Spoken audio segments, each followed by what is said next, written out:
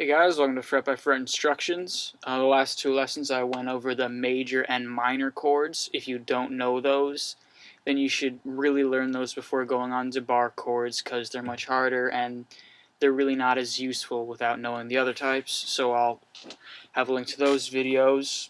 And as I said, this will be about bar chords and power chords, which are very similar. And a bar chord is when you just take your finger, you put it all over the strings, then you make a formation with the fingers, and you play that all together. That's an F bar chord. Now the theory behind bar chords is that, let's say that we play an E chord. But for this example, I'm going to have to finger it a little bit differently. You're not going to need to know this chord, so there won't be any chord chart or anything. And if we wanted to bring this whole chord up one half step, we'd end up with an F. So let's say we just brought everything up one fret. That wouldn't work because we'd only be bringing these notes up a fret. We need to bring everything else up a fret. And the way that we would do that is by barring over all of them. And that's how you get the F major bar chord. And that's the theory behind all of the root 6. And I say root 6 because it starts on the 6th string. There's also root 5, which are pretty important, and they're based off of the A. I have the A chord, want to raise that up one half step. We'd have to bar it. But when we bar it, we don't have to include the 6th string, and we shouldn't even play it. That's where bar chords come from. So, for beginners, bar chords are really hard to play. And that's because chances are you're playing them wrong. When you play an open chord, it's really easy because you don't have to do anything with your thumb. Notice how it's just up here. It serves no purpose, but in the bar chords, it is supposed to be under the midline of the neck, pushing your hand forward.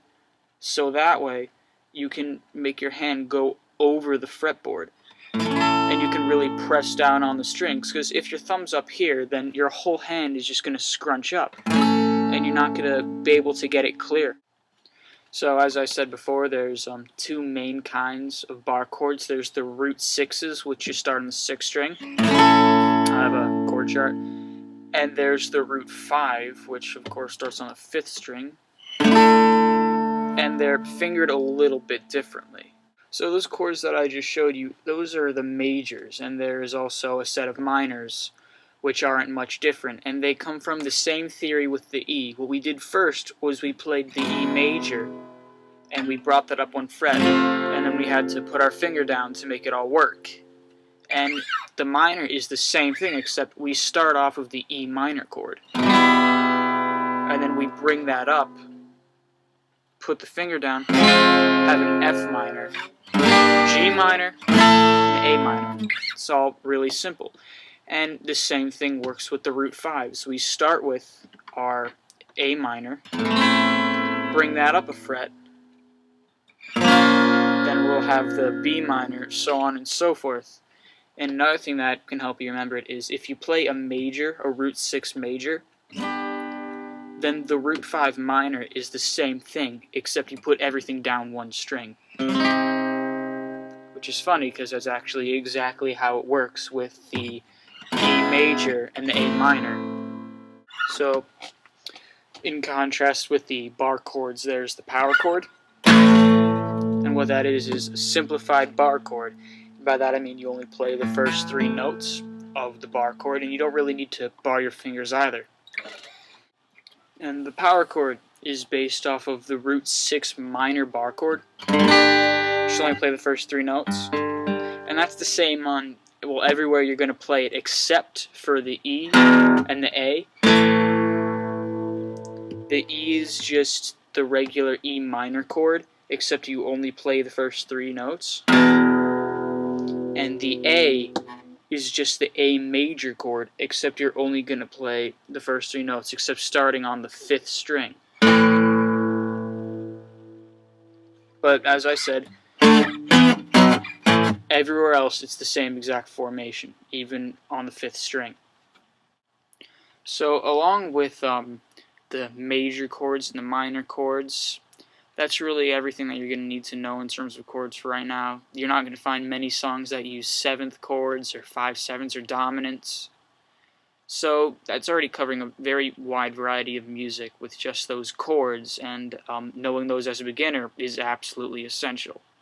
One thing that it is important to be conscious of is that every chord on the guitar has a corresponding bar formation.